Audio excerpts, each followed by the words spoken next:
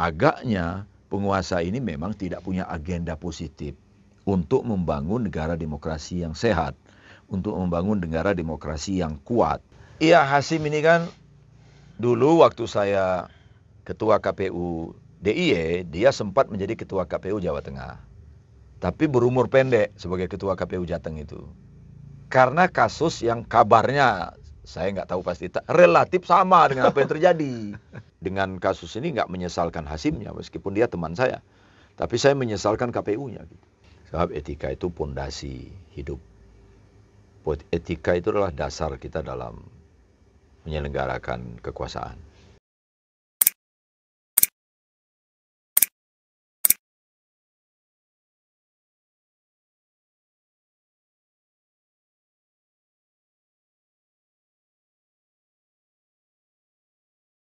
Sahabat Jogja Network, kita kembali bersama saya Despan Heriansyah, host Jogja Network, dan masih bersama Bapak Suparman Marzuki.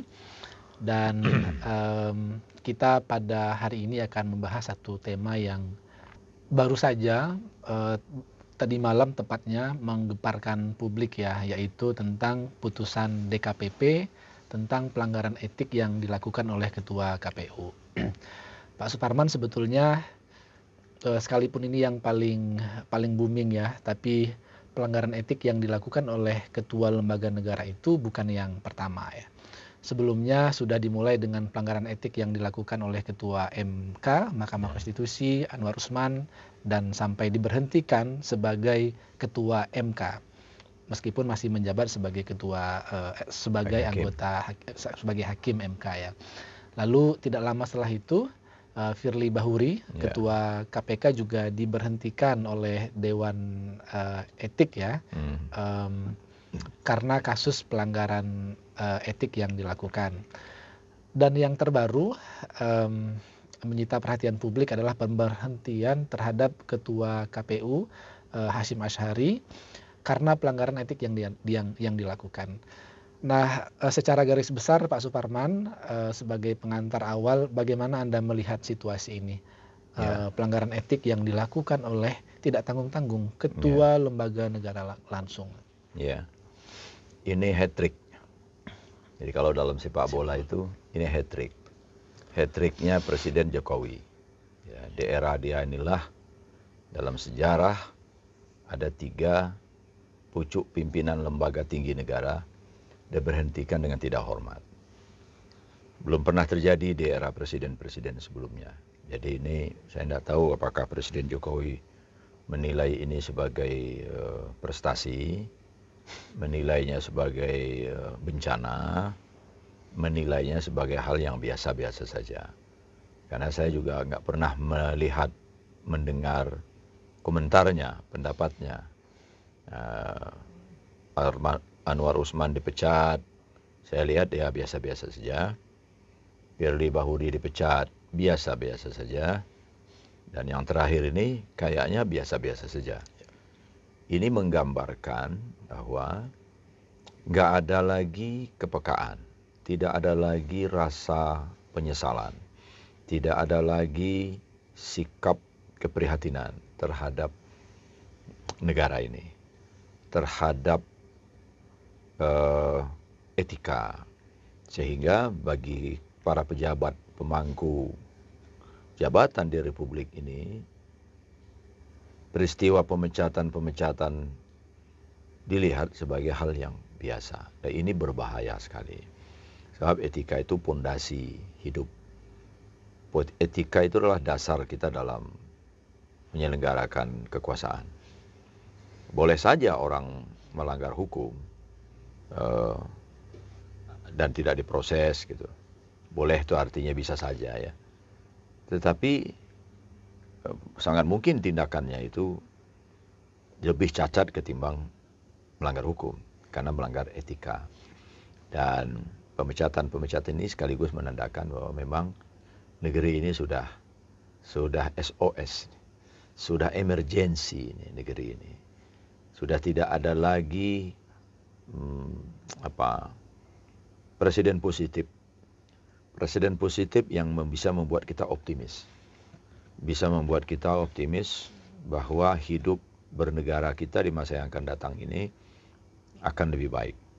Jadi kalau sekarang sebagian publik menilainya, termasuk saya, bahwa harapan itu makin menipis, bahkan mungkin sirna, ya ada alasannya. Gitu. Lebih-lebih karena ini tidak mengguncangkan akal sehat presiden sebagai petinggi republik. Harusnya beliau memberikan atensi serius terhadap hal semacam ini.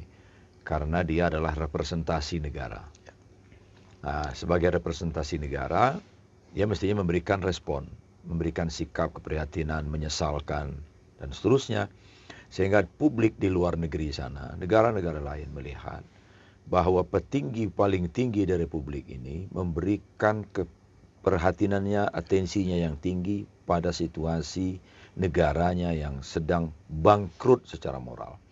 Ini sebetulnya kita ini mengalami kebangkrutan moral namanya, kebangkrutan moral.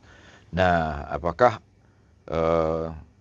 mereka-mereka yang sekarang sedang berkuasa menilainya sebagai kebangkrutan moral atau bukan? Ya nanti kita nilai. Tetapi saya pribadi menilainya, dan mungkin juga di luar sana, kita ini sudah bangkrut, ya, bukan sekedar minus. Kita ini kan surplus masalah, ya, surplus masalah kita ini, surplus pelanggaran etika, tapi minus prestasi, Demokrasi kita nyungsep, negara hukum kita nyungsep, etika kita nyungsep. Ini minus. Dan ini kalau sudah minus semua, ya bangkrut. Jadi kita ini sudah bangkrut ini sekarang. Ini ya, udah collapse nih. Udah collapse. Itu. Ya itu menarik ya Pak Suparman. Pelanggaran etik yang dilakukan oleh MK, Ketua MK, Ketua KPK, dan yang terbaru ini KPU itu adalah masalah besar tersendiri. Dan masalahnya menjadi lebih besar karena Presiden tidak peduli dengan situasi yang terjadi sekarang, seolah-olah ini biasa saja, ya. Padahal situasinya sudah sangat darurat. Dua di antaranya kan ada lembaga negara yang muncul pasca reformasi ya, Pak Suparman.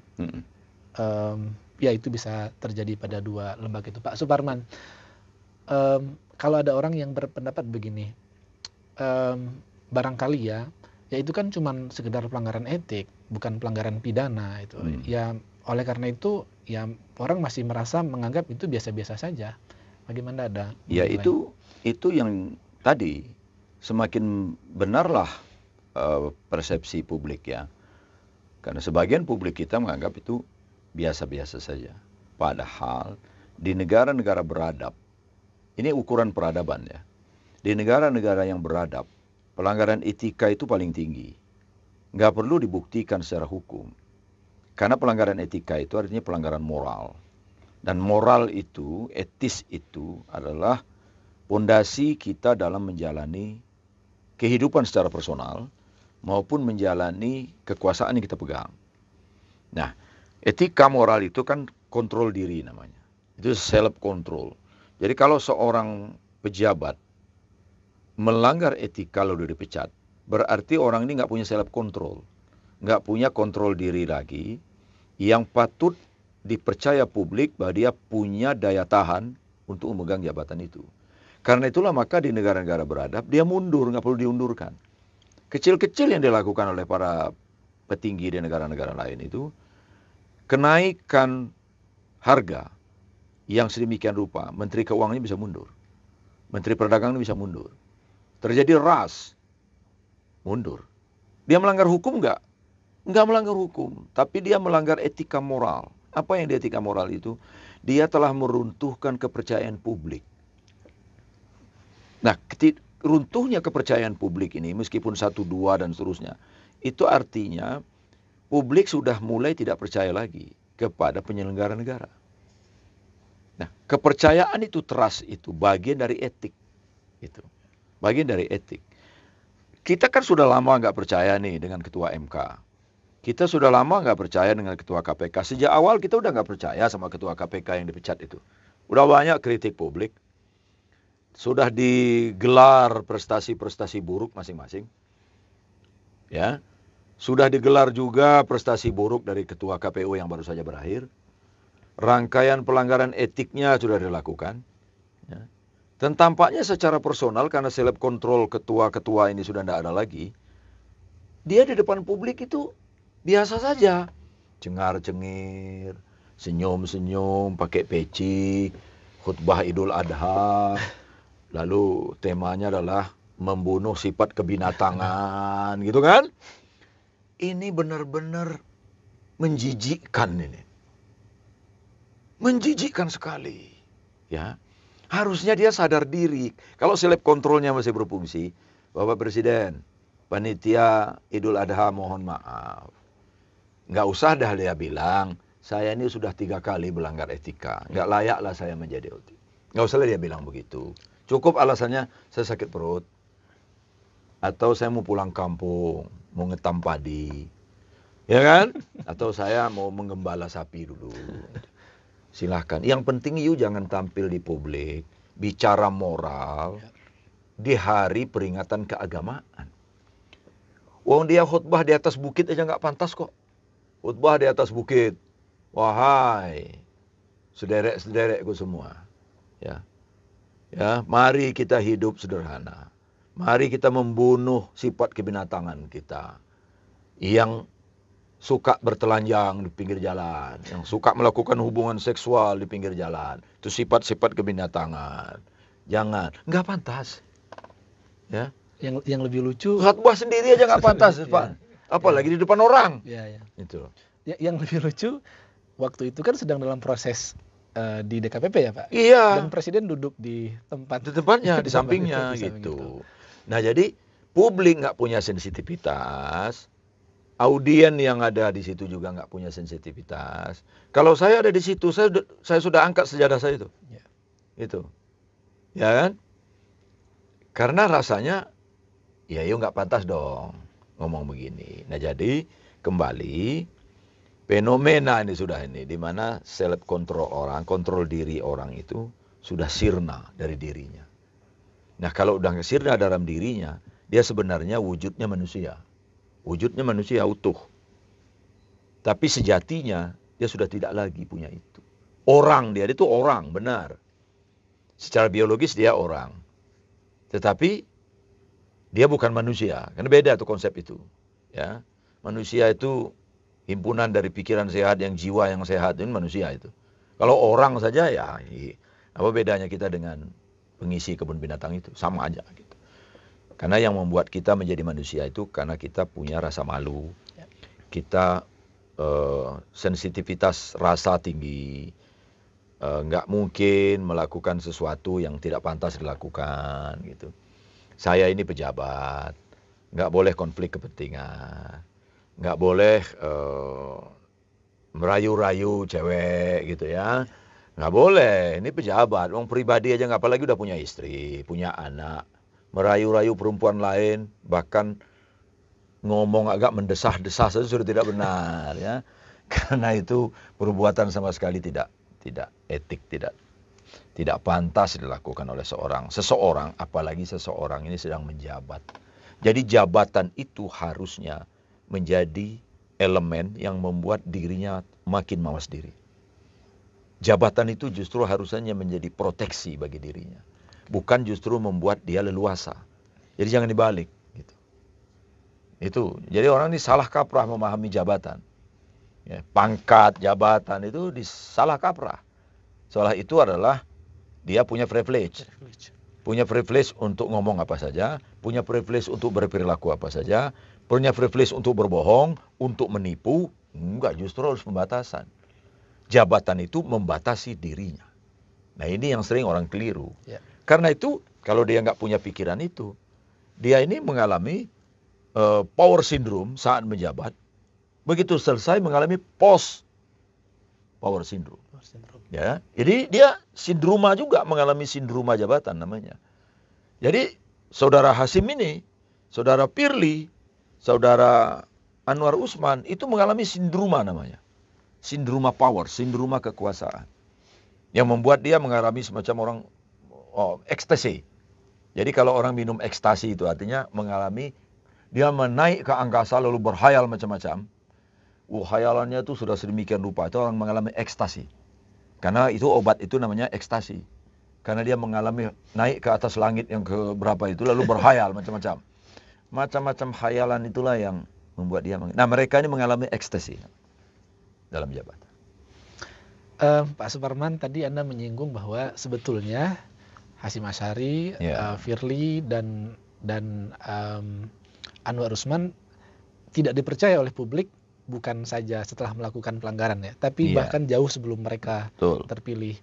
Nah, apa refleksi Anda terhadap sistem kita, Pak Suparman? Kenapa orang-orang ini masih tetap terpilih atau kenapa mereka tetap melakukan hal yang... Dugaan saya, memang negara ini butuh orang kayak gitu. Itu dugaan saya. Negara ini, pemerintah ini, memang ingin bermitra dengan orang-orang yang cacat. Karena kecacatan itu membuat dia nggak independen. Sebab memang repot ngurus orang independen itu. Kalau kekuasaannya, kalau sebuah kekuasaan, yang di situ ada orang-orang yang berkuasa, ingin melakukan sesuatu, punya motif-motif tertentu dalam jabatan itu, terhadap institusi ini, terhadap institusi. Sementara institusi itu dihuni oleh orang-orang yang nggak bisa dibeli. Orang-orang nggak punya cacat. Bagi pemegang kekuasaan yang culas, ini masalah. Dia nggak butuh malah. Kalau begitu, kita cari dong pimpinan lembaga negara yang punya kartu as. Kedua, nggak pinter. Hati-hati. Krisis intelektual, terbatasan pengetahuan itu juga membuat independensinya itu tidak maksimal. Dia nggak punya kepercayaan diri karena dia tahu dia nggak punya kompetensi. Yang kedua, dia cacat moral. Otomatis dia akan direm oleh masa lalunya sendiri.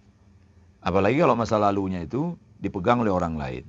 Nah, tampaknya yang negara butuhkan adalah figur semacam ini. Figur semacam ini. Dan karena itu protes publik yang bergelombang di masa lalu, agar ini tidak dijadikan pejabat ini karena ini track recordnya dan tidak diperhatikan, malah diterima bahkan menjadi pimpinan. Kan mudah menyimpulkannya bahwa memang pejabat semacam inilah yang dikehendaki oleh kekuasaan yang sedang berlangsung. Kalau kekuasaannya clear, dia butuh orang yang benar untuk pegang KPK, orang yang betul-betul independen, imparsial, punya ilmu pengetahuan cukup untuk pegang MK, untuk pegang Komisi Pemilihan Umum. Tentu mereka pilih orang-orang yang memiliki kualifikasi itu. Dengan demikian, lembaga itu akan berjalan sesuai dengan koridor etik, sesuai dengan koridor hukum. Inilah yang akan menyumbang bagi bangunan negara hukum dan demokrasi yang kuat. Tapi kalau mau ditarik lebih jauh lagi, agaknya penguasa ini memang tidak punya agenda positif untuk membangun negara demokrasi yang sehat, untuk membangun negara demokrasi yang kuat, untuk membangun etika moral sebagai pondasi berdemokrasi, sebagai pondasi bernegara hukum. Enggak ada. Gitu. Mudah sekali kok menyimpulkannya. Ya.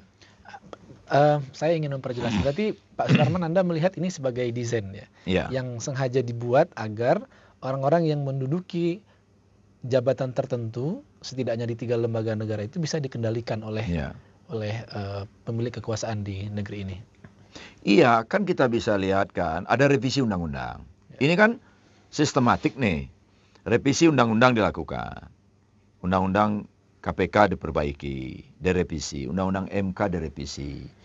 Revisi undang-undang ini yang KPK itu membuat KPK berada dalam kontrol pemerintah. Bahkan menjadi bagian dari pemerintah. Kalau dulu kan dia state, bagian dari state. Bagian dari negara. Maka KPK zaman dulu itu independen. Dijaga betul ini, integritas institusinya dijaga, termasuk orang-orangnya. Nah, dengan undang-undang KPK baru, diamputasi. Dia menjadi bagian dari negara. Undang-undang MK juga begitu. Direvisi sehingga jabatan hakim ini menjadi sangat rentan. Proses seleksinya nggak diperbaiki. Siapa yang menjadi hakim MK di unsur pemerintah? Ya, pemerintah yang menentukan. Ya, kita butuh orang kayak begini. Gitu. DMA juga begitu. Dari perwakilan presentasi DPR juga sama. tidak desain untuk mencari figur hakim MK yang bisa diharapkan menjadi mahkamah konstitusi sungguhan. Ya, sungguhan, benar-benar gitu. KPK juga begitu. Direvisi, panselnya juga pansel yang kira-kira bisa dinegosiasi. Nah, sekarang KPU. KPU ini kurang lebih gitu. Sudah banyak catatan dikemukakan para aktivis CSO terhadap calon-calon ini dulu. Untuk proses. Iya, tapi kan tidak diperhatikan. Bahkan yang paling fatal sebenarnya, Hasim ini sudah diberi sanksi etik berkali-kali. Ya kan?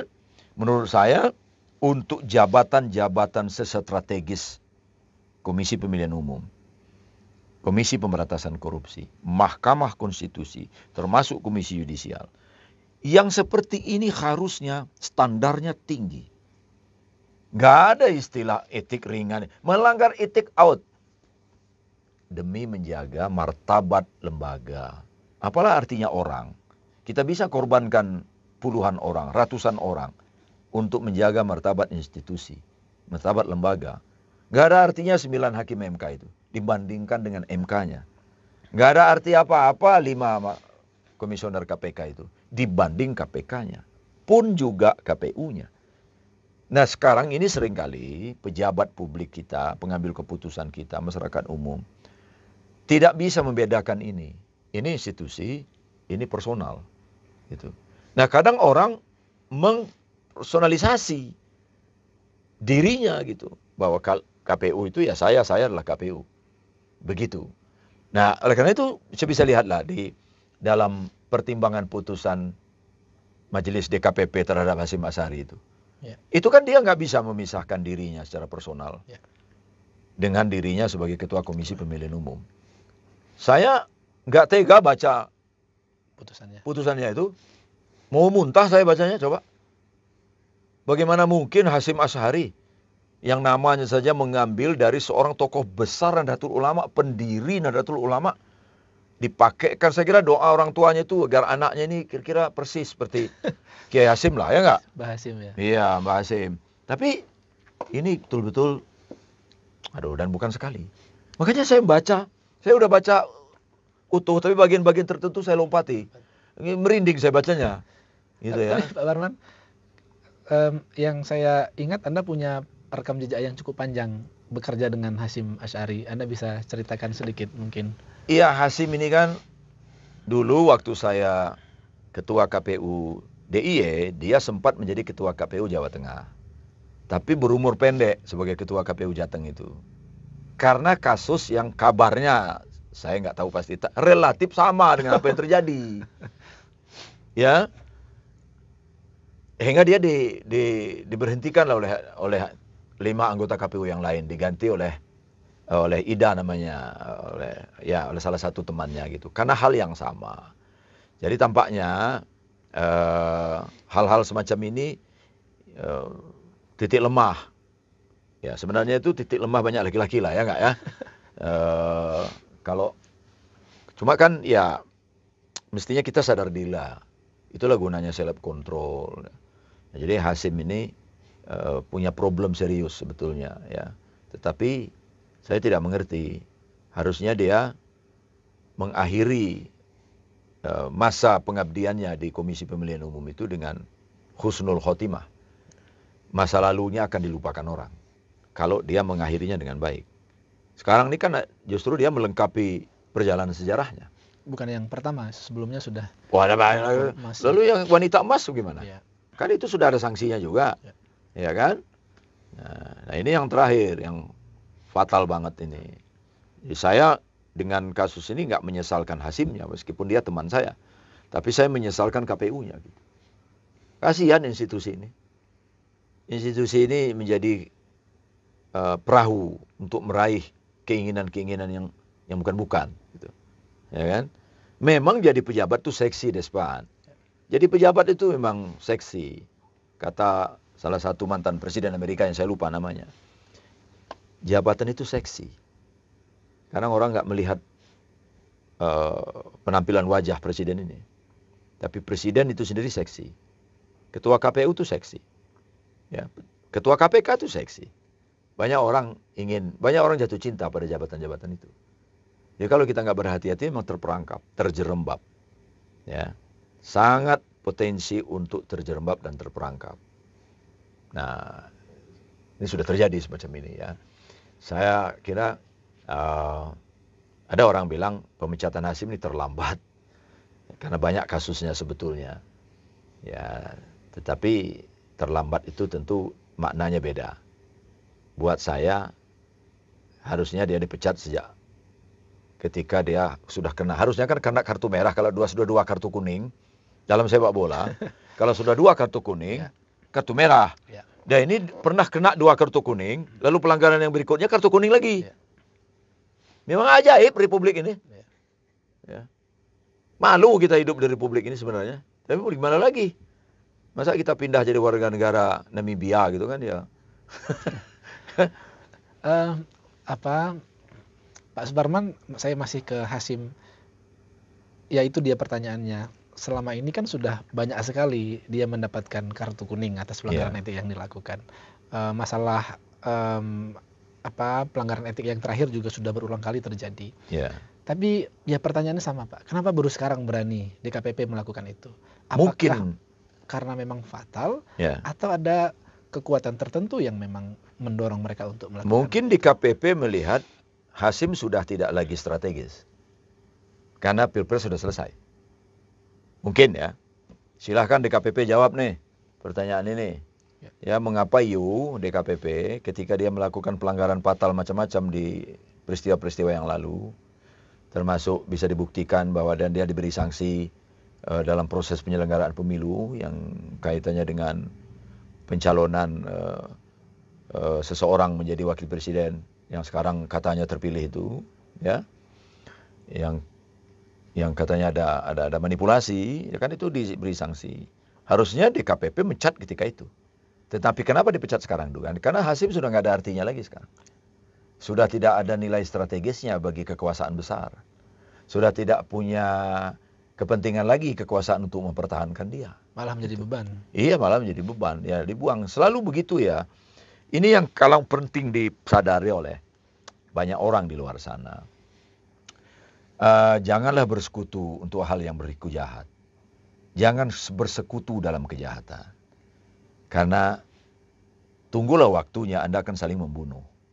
Itu rumusnya para preman itu. Coba aja lihat buku-buku tentang dunia mafioso. Ya, dunia mafioso itu begitu. Kalau melihat, nggak ada gunanya lagi buat kami dan bakal menjadi beban. Ya eksekusi aja. Nggak ada utang piutang dalam hal seperti ini. Nggak ada balas budi dalam soal-soal seperti ini. Kami telah memberikan sesuatu buat Anda. Jadi sudah lunas, sudah tunai tujuan. Dan kami memang memanfaatkan, kira-kira begini, kami memanfaatkan Anda waktu itu. Dan Anda mendapatkan sesuatu atas itu. Tidak ada lagi hutang piutang. Tunai sudah. Selesai riwayat. Akhiri. Nah jadi kepada teman-teman di luar sana yang sedang menjabat, sekecil apapun jabatan, sebesar apapun jabatan, bersekutulah dengan orang-orang baik di atas nilai-nilai. Itu. Anda akan selamat. Tapi kalau bersekutu dalam kejahatan, semua berakhir pilu. Semua berakhir mengenaskan. Sudah banyak. Ya. Belajarlah buku-buku tentang mafioso, dunia preman. Itu kejam. Ya. Dan saya nggak tahu apakah Hasyim masuk dalam kerangka konsep bersekutu dengan dunia preman. Saya nggak tahu. Tapi harusnya dia sekarang ini tafakur, ambil tasbih, mawas diri, ya, merenung, hidupnya masih panjang, punya anak istri, berbenahlah. Gitu. Dan kalau memang dia adalah bagian dari kejahatan itu, sekarang dia sudah dikorbankan, harusnya ada hal yang bisa dia sampaikan kepada publik ya Pak?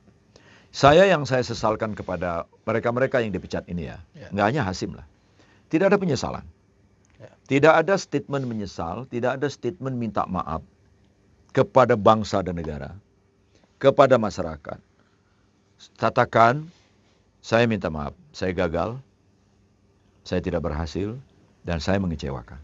Itu pernyataan paling netral. Kalau mau dilanjutkan lagi, tinggal dinarasikan.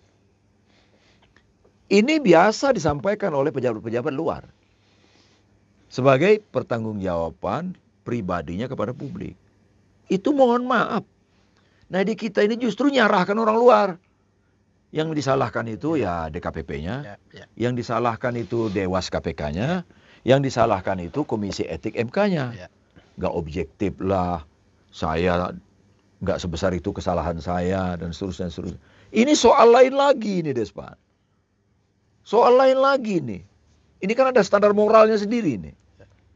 Apa susahnya dia tampil di depan publik, menyampaikan permohonan maaf, saya gagal, saya tidak menjalankan amanah, dan saya tidak menjaga kepercayaan.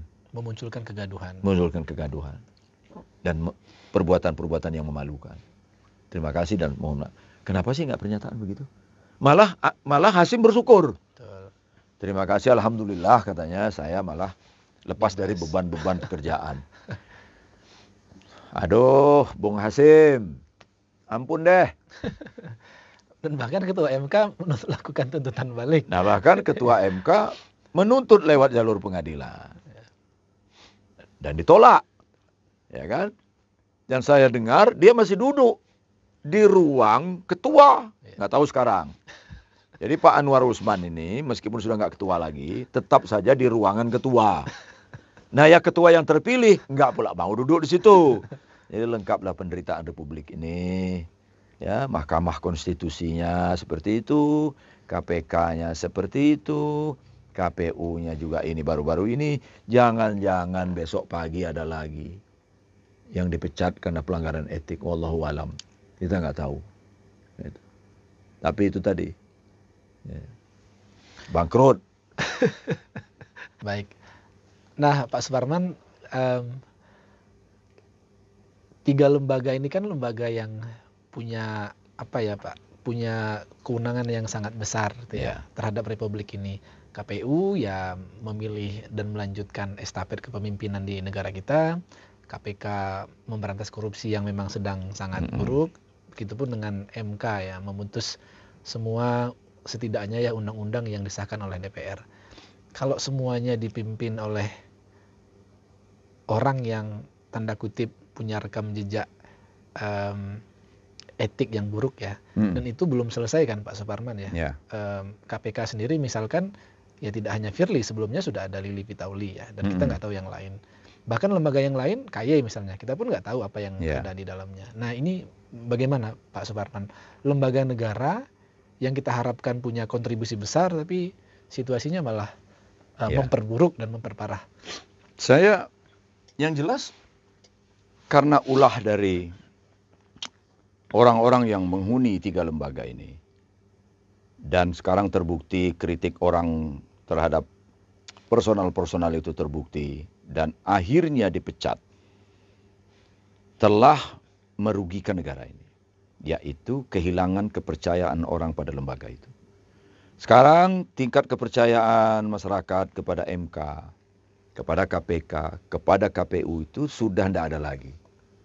Ya, akhirnya KPU hanya seonggok gedung di Jalan Diponegoro, KPK seonggok gedung di Jalan Rasuna Said, dan MK seonggok gedung di Merdeka Utara sana.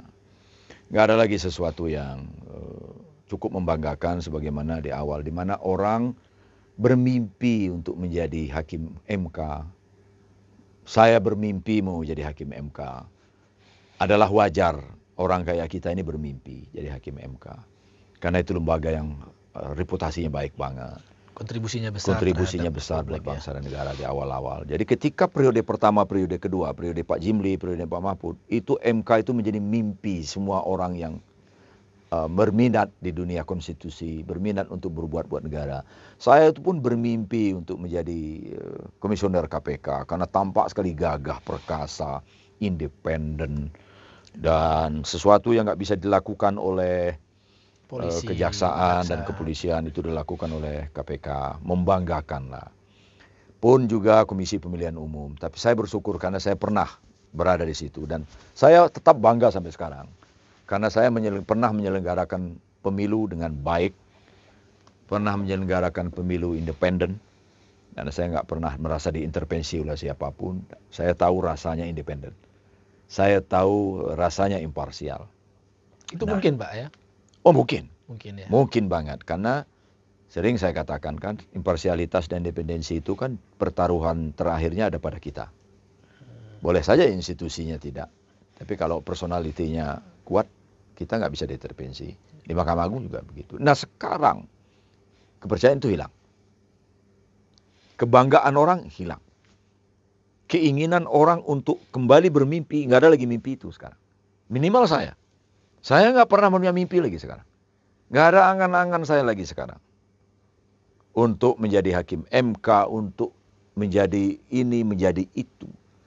Saya ditanya, apa kok nggak mendaftar di KPK? Jangankan seleksi mendaftar, langsung duduk jadi komisioner KPK saya tidak mau. Gitu. Nggak mungkin.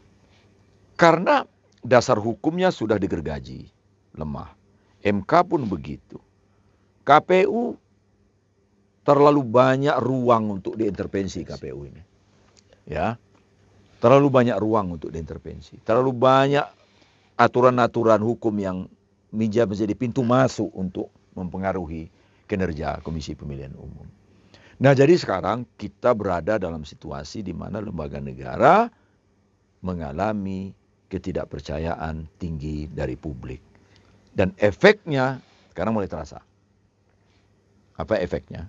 Ketidakpercayaan itu. Rendahnya atensi publik untuk menjadi komisioner Komisi Pemberantasan Korupsi. Boleh jadi juga ini berefek pada Komisi Pemilihan Umum. Sebenarnya, Despan ya, pengamatan saya, semakin ke sini, orang semakin mencegah dirinya untuk tidak mendaftar di lembaga-lembaga itu. Ya. Karena mereka membayangkan untuk apa bekerja di situ. Kalau tidak dijaga independensinya oleh negara. Kalau negara intervensi terus begini, nggak ada kenyamanan, nggak ada ketenangan, gitu kan? Nah apalagi MK. Sekarang ini lihat, yang masuk terbaru anggota DPR, Politikus. Calon dari lembaga kepresidenan yang kira-kira bisa dikendalikan. BPK, jangan lupa, kita jadi lupa menyinggung BPK. BPK pun bermasalah sekarang. Diisi oleh semuanya adalah politisi. Dan baru saja salah satu direktur. Iya, direkturnya dieksekusi juga karena melakukan korupsi. WTP ya. Jadi kalau yang lain DPR, MPR sudah terang lah itu. MA sudah nggak perlu dibahas lagi. Itu memang penyakit lama, ya yang sudah laten. Yang kita ini bahas ini lembaga produk reformasi. KPU format sekarang ini produk reformasi. Ya, yang berada dalam konstitusi, yang namanya diselenggarakan oleh sebuah komisi pemilihan umum. Jadi KPU, KPK, MK, KY itu produknya reformasi. Saya punya concern ke sini. Kalau DPR, DPD, MA, sudahlah. Itu memang sudah nggak perlu kita bicarakan lagi itu. Itu mubazir ngomong itu, ya mubazir. Oke, baik Pak Suparman. Ya tadi ya, itu sudah berimbas ke KPK. Kita mendapatkan informasi menjadi tim sel saja susah sekali mencari orangnya. Betul. Sekarang tim sel sudah terbentuk, orang yang punya keinginan mendaftar juga rendah sekali. Dan bahkan sampai diperpanjang berkali-kali ya. Anda melihat ini sebagai dampak dari pelemahan KPK dan lembaga negara? Pasti. Dan bahayanya begini. Ya saring saja apa adanya. Oh, betul sekali ya. Jadi kita akan siap-siap terpampang nama-nama yang kita nggak tahu. Ini siapa sih ini? Rekam jejaknya terkait korupsi gitu ya. Iya, ini siapa ini? Iya, iya. Ini siapa? Oh, ini siapa ini? Nggak dikenal reputasinya dalam konteks pemberantasan korupsi. Jangan-jangan nggak juga punya kompetensi, keilmuan. Nggak punya rekam jejak orang yang kita harapkan benar-benar bisa menjadi penegak hukum. Jangan dikira KPK itu komisi yang ngecek-ngecek ya. Itu kan komisi pemberantasan korupsi. Itu tuh penegak hukum. Jadi saya ingatin nih yang mau daftar-daftar itu. Itu bukan organisasi yang ongkang-ongkang. Ya, kalau itu maksudnya nggak usah daftar. Itu mau memberantas korupsi. Berat sekali. Jadi nanti kita akan lihat. Kalau pansel disalahkan, pansel bilang, iya yang daftar adanya ini. Masa nggak ada yang kita terima? Jangan-jangan nih pencari kerja semua. Nggak puas di situ, pindah ke sini. Lalu panselnya lihat, wah ini adanya segini ya. Ya diseleksi saja. Saat ketemu-ketemunya. Karena nggak mungkin kosong. Nggak mungkin kosong. Nah jadi 5 tahun ke depan, mudah-mudahan omongan kita ini keliru. Ya, ada keajaiban. Ya, kan biasa ada keajaiban-keajaiban itu muncul orang-orang yang nggak kita duga. Mantap. Seperti wakil presiden. Nggak kita duga, ya nggak? Wah, begitu perjalanannya mantap. Ya kita bersyukur. Ya, mudah-mudahan. Ya. Tapi kan nggak ada yang kebetulan begitu. Ya, betul. By design untuk mencari orang baik. Panselnya orang yang cukup qualified, yang bisa diharapkan untuk menemukan orang yang qualified. Nah, jadi boleh jadi ketika lihat panselnya, males. Panselnya ini lagi. Ini kan main-main aja nih panselnya. Oh ya. Ya kan? Orang mendaftar juga ada aspek itu ya. Iya. Selain memang institusi KPK-nya sudah nggak berdaya. Oke, baik. Negara senangnya campur tangan. Ya. Panselnya dilihat orang. Panselnya ini. Ya. Ya untuk apa saya mendaftar? Nggak akan objektif maksudnya. Nggak akan objektif misalnya. Bisa jadi begitu. Sehingga orang-orang yang punya reputasi sekarang ini nggak mau mendaftar. Nggak mau ikut. Nah itu efeknya itu kemana-mana. Itu. Baik, Pak Suparman, tampaknya kita jadi cukup pesimis ya. Tapi tentu kita tetap harus memberikan optimisme ya kepada pemirsa Jogja Network. Ya. Lalu ke depan apa yang bisa kita lakukan, Pak Suparman? Memang membiarkan kerusakan ya. Kerusakan ini terjadi begitu saja hingga sampai pada titik tertentu di mana itu akan terbongkar dan runtuh semua, atau kita mesti melakukan sesuatu yang sekecil apapun itu ya kita harus tetap menjaga tetap ada dan menyala. Kita ini bukan pesimis, tapi kita bicara apa adanya. Kita bicara sejujurnya tentang keadaan. Di balik pernyataan seperti itu, optimisme itu ada. Ya kan? Jadi kita bicara apa adanya, menyampaikan apa yang senyatanya. Di balik ini sebenarnya kita menyimpan optimisme. Nah, bagaimana optimisme ini diwujudkan, dikonkretkan? Ya, satu, masyarakat sipil ini nggak boleh diam. Terus mengkritisi perkembangan. Percayalah bahwa kekuasaan itu ada batasnya. Ya, ada limitnya. Ada limitnya. Ketika limitnya sampai, situasinya akan berbalik. Situasinya akan berbalik. Ada keadaan di mana, siapa yang menduga 30 tahun, hampir 31 tahun Pak Harto berkuasa. Nggak ada bayangan dia mau jatuh. Saat masih kuat sekali. Iya, waktu itu saya sebagai aktivis awal 80-an dan Soleh ini aktivis pertengahan 80-an. Nggak ada di antara kami ini yang punya keyakinan Soeharto itu akan tumbang. Karena begitu kuatnya. Tapi kan ada masa di mana, ada limit di mana situasinya nggak bisa ditolong. Dia tumbang. Nah, ketika dia tumbang, ada perubahan. Saya nggak tahu ya apakah ini pun akan tumbang, lalu ada pembalikan sejarah gitu. Selalu ada orang-orang sadar di balik kekacauan itu. Selalu ada orang-orang sadar. Memang nggak banyak. Ada yang masih diam sekarang. Ya, ada yang diam, silent dia. Tapi dia nunggu momen gitu, untuk muncul. Jadi menjaga kewarasan itu bagian dari sikap optimistik. Terus kritis seperti kita ini optimis. Jadi tolong jangan dilihat oleh para penguasa. Kami ini orang-orang yang ya tidak punya harapan pada negara ini. Kami mengkritisi negara ini karena mencintai negeri ini. Gitu. Untuk kita bangkit lebih baik. Ya. Baik, Pak Suparman, terima kasih banyak sudah berbagi. Teman-teman sahabat Jogja Network, demikian diskusi kita pada hari ini dengan Bapak Suparman. Sampai berjumpa lagi pada pertemuan berikutnya, tentu saja dengan topik-topik yang tidak kalah menariknya. Terima kasih.